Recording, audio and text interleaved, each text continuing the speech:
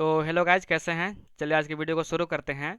तो आज के इस वीडियो में हम लोग MDC 1C यानी कि इंट्रोडक्शन टू जेंडर इक्वालिटी का मोस्ट VVI 40 ऑब्जेक्टिव क्वेश्चन को सोल्व करने वाले हैं। ठीक है।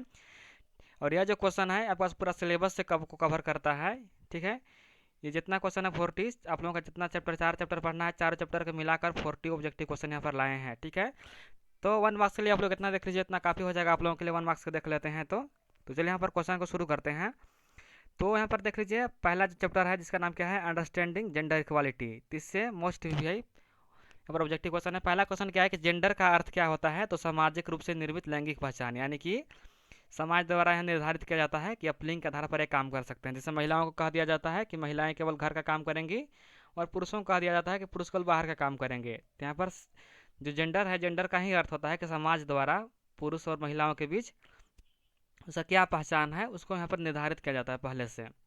ठीक है। दूसरा क्या है कि सेक्स क्या है? तो जैविक अंतर है, यानी कि यहाँ पर क्या है, जैविक अंतर है, यानी कि बायोलॉजिकल है। यहाँ पर मान लीजिए कि एक स्त्री है, तो यहाँ पर स्त्री को पता सभी लोग जानते हैं कि स्त्री बच्चे को जन्म देती है, तो यह जैविक क्रिया है। ठीक है। तो यहाँ पर सेक्स का मतलब होता है जैविक। ठीक है। तीसरा क्या है कि जेंडर और यहाँ पर सेक्स में क्या अंतर है? तो जेंडर सामाजिक है, जबकि सेक्स क्या है, जैविक है। अभी मैंने बताया आप लोगों को।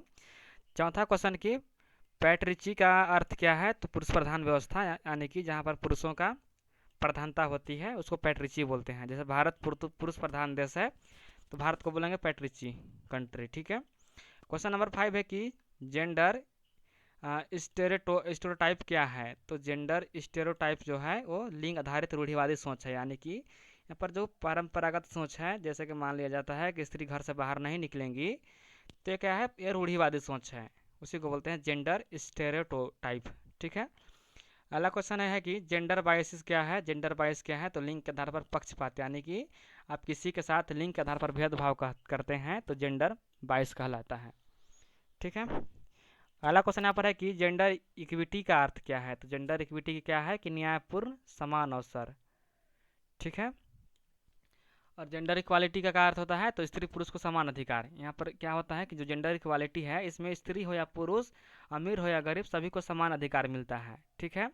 और यहाँ पर जेंडर इक्विटी में क्या होता है कि जिसको जितना आवश्यकता है न्याय की उतना मिलेगा। यानी कि मान लीजिए यहाँ पर एक पुरुष है और एक दूसरा पुरुष है, यहाँ पर पुरुष ए है मान लीजिए और एक पुरुष बी है।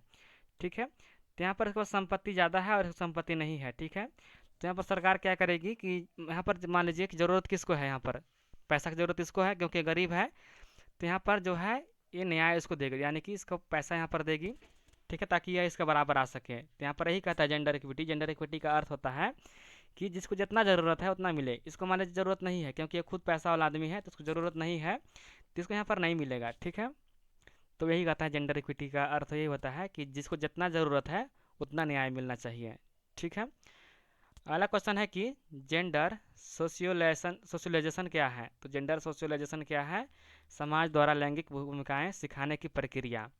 अगला क्वेश्चन है कि जेंडर डिवीजन ऑफ लेबर क्या है? तो लिंग के आधार पर कार्यों का विभाजन, यानी कि जो है जो जेंडर है, यानी कि लिंग के आधार पर यहाँ पर काम बांट दिया जाता है कि पुरुष है तो ये कठोर काम करेगा, स्त्री यहाँ पर हल्के काम करेंगे। तो यहाँ लिंग के आधार पर काम बांट दिया जाता है। ठीक है। चलिए यहाँ पर शुरू होता है यूनिट 2। यूनिट 1 का जो चैप्टर 1 था उससे यूनिट 1 का चैप्टर 1 से ख़त्म हो गया जितना भी क्वेश्चन था। यूनिट 1 में जितना चैप्टर था सभी क्वेश्चन हो गया यहाँ पर। ठीक है। अब यहाँ पर यूनिट 2 में मोस्ट विभाग क्वेश्चन यहाँ पर है और यूनिट 1 खत्म हो गया। तो यूनिट 2 का देख लीजिए कि सेक्स रेशियो क्या होता है? तो सेक्स रेशियो यानी कि लिंग अनुपात क्या होता है? तो प्रति 1000 पुरुषों में महिलाओं की संख्या, यानी कि 1000 पुरुष में कितना महिलाओं की संख्या है, उसी को बोलते हैं लिंग अनुपात या सेक्स रेशियो। ठीक है। अगला क्वेश्चन है कि फीमेल फर्टिसाइड क्या है? तो फीमेल फर्टिसाइड मतलब कन्या भ्रूण हत्या, यानी कि यहाँ पर कन्या जो फीमेल है, फीमेल क्या करना, भ्रूण हत्या, यानी कि गर्भ में ही मार देना कहलाता है फीमेल यहाँ पर फ्यूटिसाइड है।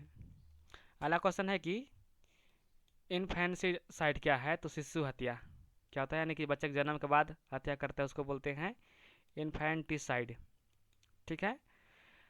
अगला क्वेश्चन है कि चाइल्ड मैरिज क्या है? तो बाल विवाह है, सबको पता है, ये सब क्वेश्चन नहीं आएगा, तो ये सब ज़्यादा क्वेश्चन ध्यान मत दीजिएगा। अगला क्वेश्चन है कि डोमेस्टिक वायलेंस क्या है? तो घरेलू हिंसा होता है। अगला क्या है कि ह्यूमन ट्रैफिंग क्या है? तो मानव तस्करी होता है, इसका अर्थ पूछ रहा है हिंदी में, तो ये सभी का अर्थ समझ लीजिए क्या होता है। अगला क्वेश्चन है कि कोमोडिफिकेशन ऑफ वोमेन्स बॉडी क्या है? तो महिला शरीर का वस्तुकरण, यानी कि महिला का जो शरीर है उसका कोमोडिफिकेशन करना। ठीक है। अगला क्वेश्चन है कि महिला के विरुद्ध हिंसा का सबसे सामान्य रूप कौन सा है? तो घरेलू हिंसा। ठीक है। और जानते होंगे घरेलू हिंसा क्या होता है कि जो प्रतिदिन घर के अंदर झगड़ा होता है, ठीक है, जो भेदभाव होता है उसको घरेलू हिंसा कहते हैं। अगला क्वेश्चन है कि लैंगिक असमानता का प्रमुख कारण क्या है? तो लैंगिक असमानता का पहला जो प्रमुख कारण है, जो मेन कारण है, वह है कि पितृसत्तात्मक व्यवस्था, यानी कि यहाँ पर पुरुष प्रधानता वाला देश है जहाँ पर पुरुष अपने आप को श्रेष्ठ दिखाने का प्रयास करते हैं। तो यह लैंगिक असमानता का सबसे प्रमुख कारण है। ठीक है। अगला क्वेश्चन है कि महिलाओं की कम राजनीतिक भागीदारी किसका संकेतक है? तो लैंगिक असमानता का संकेतक है, यानी कि यहाँ पर महिला जो है उतना जागरूक नहीं हो सकी हैं अभी तक। ठीक है। तो यहाँ पर क्या होता है कि महिलाओं की राजनीति में भागीदारी बहुत कम है। तो यह किसका यहाँ पर संकेत कर रहा है? तो महिला जो है वहाँ पर महिला के साथ क्या होता है? लिंग के साथ असमानता होता है। ठीक है, लैंगिक असमानता। यूनिट 3 है जिसका नाम क्या है? Legal provisions. ठीक है, लीगल प्रोविजंस। तो इसका आंसर देख लीजिए क्या कर रहा है कि सेडो का पूरा नाम क्या होता है, और यह क्वेश्चन आ सकता है कि सेडो का फुल फॉर्म निम्नलिखित है। यहाँ पर लिखने के लिए बोलेगा, तो ये याद कर लीजिएगा कि convention of the elimination of all forms of discrimination against women's. ठीक है, तो इसका फुल फॉर्म यही होता है, आप लोग याद कर लीजिएगा। अगला क्वेश्चन है कि सेडो कब अपनाया गया था? तो जो सेडो था उसको अपनाया गया था 1979 को। ठीक है, ये भी क्वेश्चन भी आई है। ये क्वेश्चन जो चैप्टर यूनिट है, यूनिट 3, यहाँ पर काफ़ी भी क्वेश्चन है। ठीक है, तो इसको याद करते चलिएगा। सेडो क्या है? सेडो का स्थापना कब हुआ था? तो 1979 को। पूछेगा इसका फुल फॉर्म क्या है तो बता दीजिएगा। इसका स्थापना कब हुआ था तो बता दीजिएगा। अगला क्वेश्चन है कि SDG का पूरा नाम क्या है? तो सस्टेनेबल डेवलपमेंट गोल्स। ठीक है, क्या होता है? सस्टेनेबल डेवलपमेंट गोल्स होता है SDG का फुल फॉर्म। और MDG का क्या होता है? तो मिलेनियम डेवलपमेंट गोल्स। ठीक है, और SDG 5 किससे संबंधित है? तो इसको भी याद कर लीजिएगा कि SDG जो 5 है वो जेंडर इक्वालिटी से संबंध है। ठीक है, जो SDG 5 है वो जेंडर इक्वालिटी से संबंध है। अगला क्वेश्चन है कि डोरी प्रोविजन एक्ट यानी कि दहेज प्रथा अधिनियम कब बना था? तो 1961 में बना था। और इसके बाद क्या कहा गया था कि लड़का हो या लड़की, ठीक है, दहेज लेना या दहेज देना दोनों अपराध है। ठीक है, यहाँ पर यदि पुरुष द्वारा स्त्री के घर से दहेज की मांग किया जाता है तो यहाँ पर एक लीगल एक्ट बनाया गया था, यहाँ पर कानून बनाया गया था कि लड़के को 10 साल का यहाँ पर जुर्म 10 साल का यहाँ पर हो सकता है, सज़ा हो सकता है, और यहाँ पर कुछ राशि था उसको देना पड़ सकता है, और जितने रकम था जो दहेज से लिया गया है उसको भी वापस करना होता है। तो इसको 1961 में बनाया गया था, डोरी प्रोविजन एक्ट। किस कारण बनाया गया था? तो भारतीय समाज में यहाँ पर जो था वो दहेज की प्रचलन थी, इस कारण से इसको कम करने के लिए डोरी प्रोविजन एक्ट यानी कि दहेज प्रथा अधिनियम बनाया गया था। ठीक है, तो इसको पढ़ लीजिएगा। ये क्वेश्चन सब्जेक्टिव में भी आ सकता है कि बताइए कि डोरी प्रोविजन एक्ट क्या है, विस्तार से समझाइए। यह कह सकता है कि दहेज अधिनियम क्या है उसको समझाइए। ठीक है, तो आप लोग समझ लीजिएगा।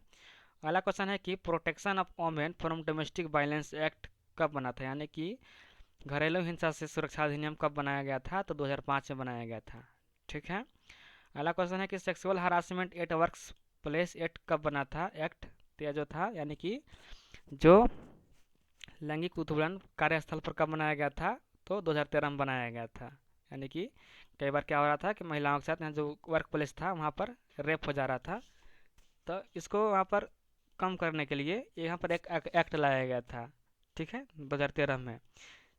चलिए, अगला क्वेश्चन है कि national commission of for women's NCM का स्थापना कब हुआ था, यानी कि राष्ट्रीय महिला आयोग का स्थापना कब हुआ था? तो 1992 में हुआ था राष्ट्रीय महिला आयोग का स्थापना।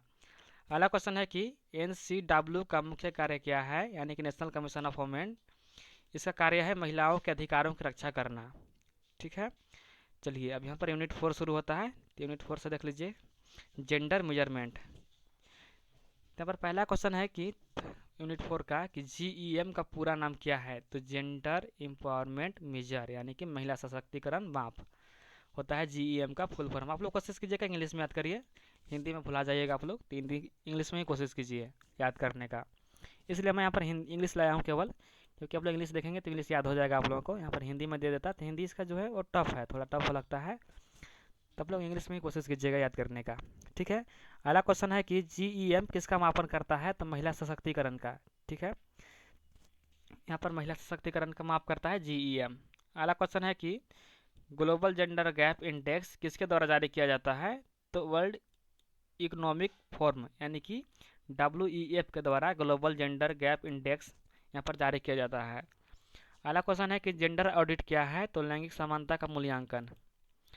अगला क्वेश्चन यहाँ पर है कि जेंडर डिसग्रेटेड डाटा क्या है, तो स्त्री पुरुष के अलग अलग आंकड़े, यानी कि यहाँ पर स्त्री का अलग आंकड़ा बनाया जाता है और पुरुष का अलग आंकड़ा बनाया जाता है। ठीक है, ऐसा क्यों बनाया जाता है, तो यहाँ पर जो है वो पता करने के लिए कि महिलाओं की स्थिति क्या है और पुरुषों की स्थिति क्या है समाज में, इसी को यहाँ पर जानने के लिए, पता करने के लिए यहाँ पर जेंडर डिसग्रेटेड डाटा यहाँ पर बनाया जाता है। ठीक है, चलिए अगला क्वेश्चन यहाँ पर है कि जेंडर डाटा का मुख्य उद्देश्य क्या है, तो नीति निर्माण में सहायता करना। ठीक है, जेंडर डाटा का नीति जो जो नियम बना सके, यहाँ पर नियम बनाने के लिए सहायता करता है जेंडर डाटा। ठीक है, यहाँ पर जेंडर डिसग्रेटेड डाटा है, यहाँ पर शॉर्ट में लिखा है जेंडर डाटा, इसको देख लीजिएगा। क्यों ज़रूरी है, तो इसका उद्देश्य है कि जो महिलाएं हैं वो महिलाओं को नीति निर्माण में सहायता करना। ठीक है, चलिए अगला क्वेश्चन है कि भारतीय संविधान का अनुच्छेद 14 किससे संबंधित है, तो समानता का अधिकार से। ठीक है, जो भारतीय संविधान का अनुच्छेद है वो 14 किससे, समानता का अधिकार, यानी कि इसके तहत कहा गया है कि स्त्री हो या पुरुष सभी को समान अधिकार मिले।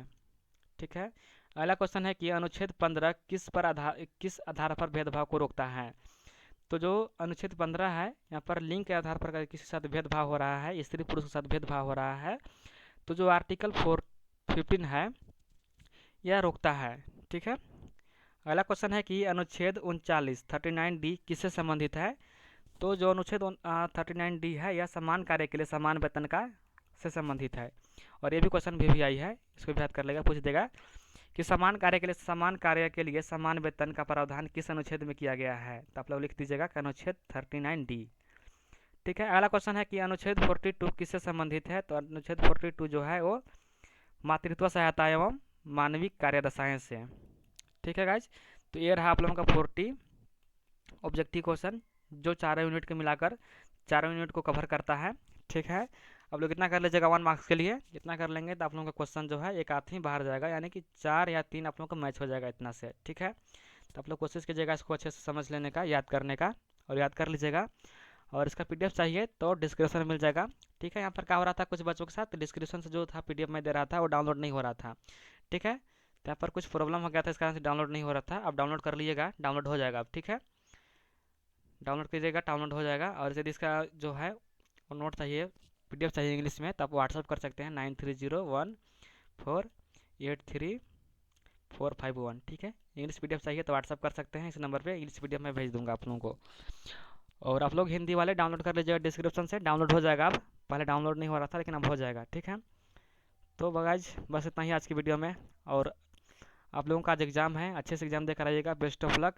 ठीक है, अच्छे से एग्ज़ाम दीजिएगा और अच्छा करके आइएगा आप लोग।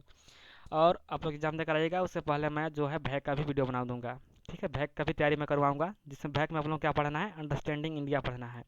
सेमेस्टर 1 में क्या पढ़ना है, अंडरस्टैंडिंग इंडिया पढ़ना है भैक में। ठीक है, तो मैं इसका भी वीडियो बना दूंगा। कुछ बच्चे का कमेंट आ रहा था शाम में ही कि इसका भी वीडियो बनाइए, तो अभी आप लोगों का जेंडर इक्वालिटी का एग्ज़ाम है, उसको अच्छे से देकर आइए।